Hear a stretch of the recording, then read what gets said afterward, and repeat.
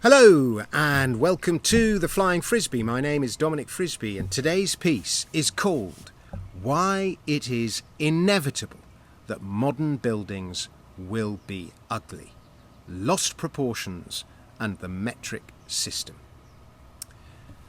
And I love how easy it is to predict things about you based on what you like or dislike. Did you know, for example, that if you buy fresh fennel, you are likely to be a low insurance risk? If you like traditional architecture and old buildings, you are more likely to have a conservative right-of-centre worldview. Whereas if you like modern architecture, you will more likely lean to the left. It's only probable, but for what it's worth, there are plenty of 20th century buildings I find beautiful. I like Art Deco, I like some Bauhaus stuff. I think a lot of modern American residential architecture is great. But I think a lot of the more recent deconstructivist, the parametric stuff, it's disappeared up its state-funded backside and has no chance of standing the test of time. Post-war social housing the world over is verging on the sinful. It is so ugly, not a patch on the almshouses built a century before for the same purpose, when mankind was far less advanced. Meanwhile, the glass-fronted apartment and office blocks that blight cities worldwide may be nice to look out from, but to look at, they are horrible. And when I look at, for example, what has been built in Lewisham, Elephant and Castle, or along the banks of the Thames, you have to wonder what on earth people were thinking. What a wasted opportunity to build something with beauty that endures. Here's Lewisham Town Centre. What were they thinking? And I was looking out on the Thames from Canary Wharf the other day, and here is what we built.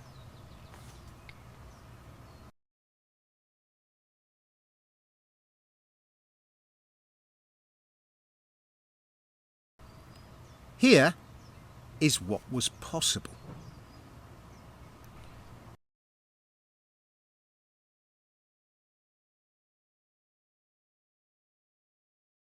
In any case, it is inevitable that most modern architecture will not be beautiful. Inevitable. It is built into the system, and I'm going to explain why. Yes, there is regulation, and when final say falls to the regulator, not the creator, and he or she never thinks in terms of beauty, only rules and career risk, and construction is always planned with his or her approval in mind, you immediately clip your wings and more. Imagine Michelangelo or Rembrandt or Beethoven requiring regulatory approval for their work. And under this banner falls health and safety, bureaucracy, the technocratic mentality, planning, standardisation of materials, the mass production of materials, and more. But there is something even more fundamental which makes lack of beauty inevitable, and that is the system of measurement itself.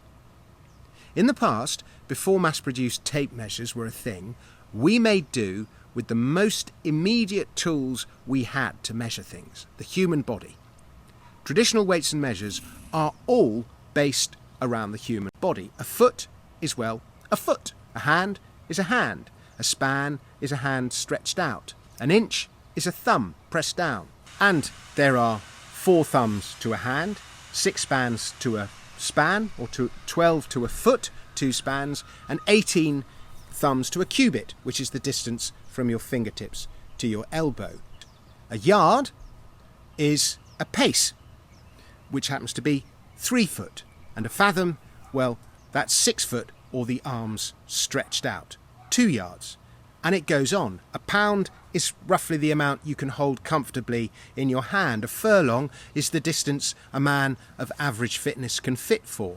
A stone is the amount you can carry without strain. A US pint is a pound of water, enough to quench a thirst. And so on. Man is indeed the measure of all things, to paraphrase the Greek philosopher Protagoras. Man is the measure of all things. Da Vinci noticed it as well.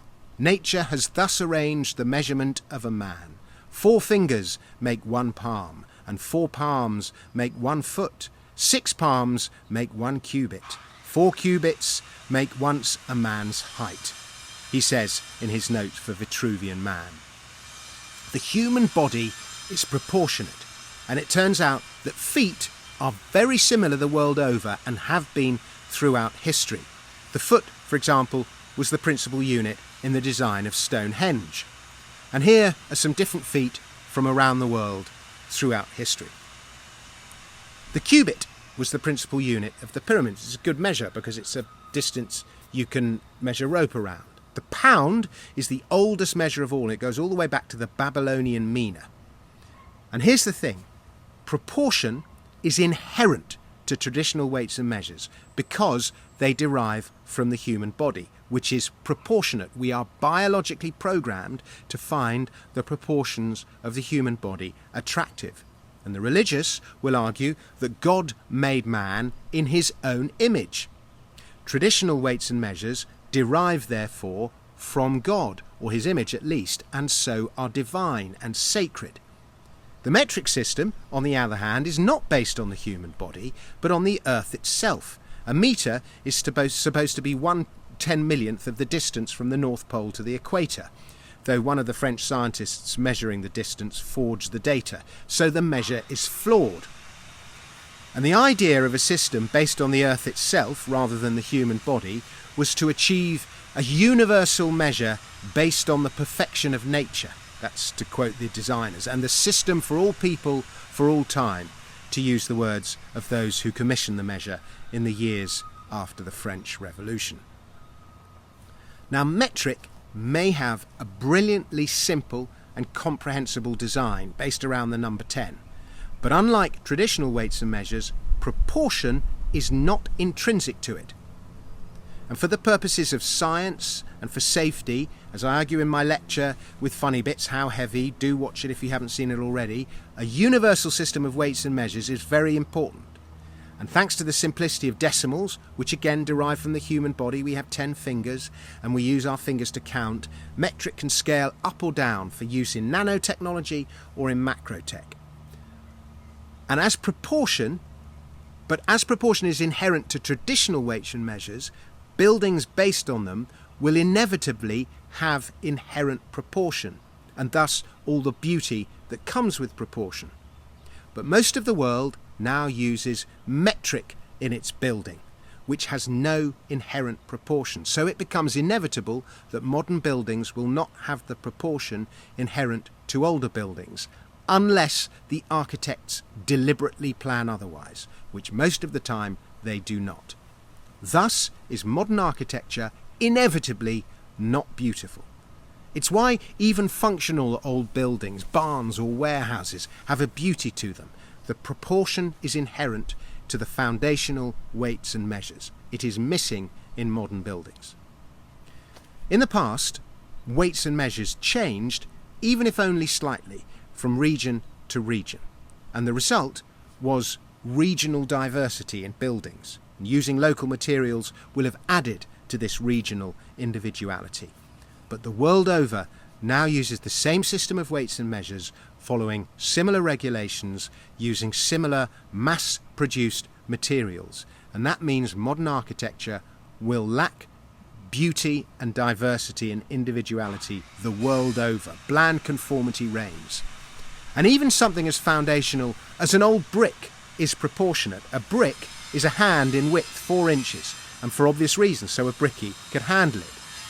But in short, unless an architect or a builder takes deliberate steps to remedy this problem of proportion, modern buildings will only ever be beautiful by accident. And here's a little irony. If you like traditional weights and measures, you're more likely to be right of centre, favour free markets, individual responsibility, all that kind of stuff. Favour metric, and you're one of those evil left-wing technocrats who champions government intervention, experts and the BBC. Thank you very much for watching. Please subscribe to the channel. If you're interested in learning more, do check out my lecture with Funny Bits about weights and measures. I'll put a link to it in the comments. There might even be a link on the screen. That was my talk at the Edinburgh Festival in 2022. I think it's probably the best of all my lectures so far.